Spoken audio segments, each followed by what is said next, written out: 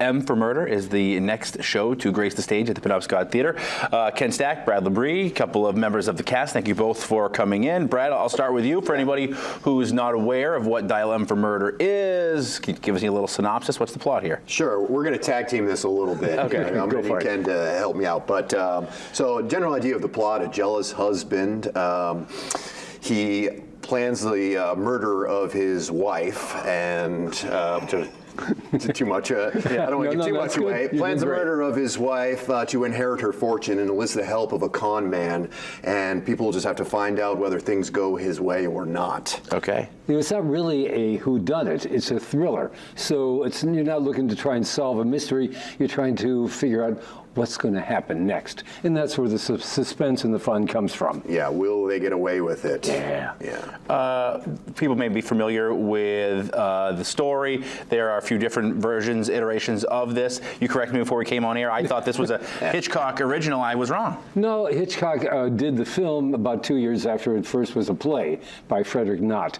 And Hitchcock's film was very, very successful. And then just a few years ago, a man named Jeffrey Hatcher did a new version of it, which is the one that we're doing, which is not necessarily updated because it still keeps that 1950s film noir thriller feel about it, but is actually for today's audiences, and it's great for all audiences from teenagers on up. You know, and it's been one of the more successfully run shows through a lot of regional theaters, and we're having a great time with the cast. And our director Rebecca Bradshaw has been taking Ira Kramer, Becca Novak, Bree Houtman, and the two of us through a wonderful rehearsal process.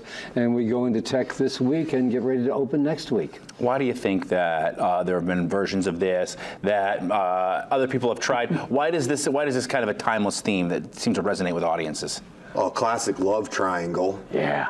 And, you know, jealousy and greed take over. So it's kind of appealing to some of our base emotions. Sure. Going back to Cain and Abel, right? Yeah, it goes way back. Sure. And then the idea of will he get away with it? How will he get away with it? And there are a lot of twists and turns. So people, I feel like audience really respond to those twists and turns and keeps them guessing.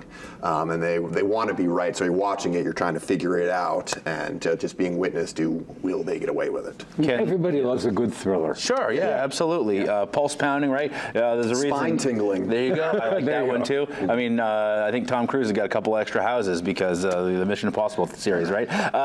Last time you were here, I think you were playing Scrooge, right? Is that why the last time you came through? Yeah, just a little over a month ago. A little different, right? You're totally different. I'm Inspector Hubbard, you know. Yeah. So it's good Scotland Yard inspector. That's fun. Standard, you know, right out of Central. What's the change in your accent between the two? Well, they'll see. Okay. What I don't want to do is do Scrooge again.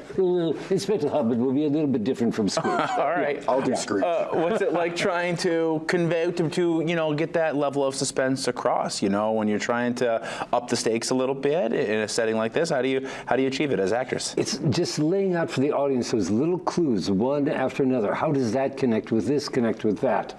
And that's we're having the fun working all those little connections and laying it out for the audience, and they have a sense of discovery as they move through the show with the characters. Okay, it's about a 2.5-hour show.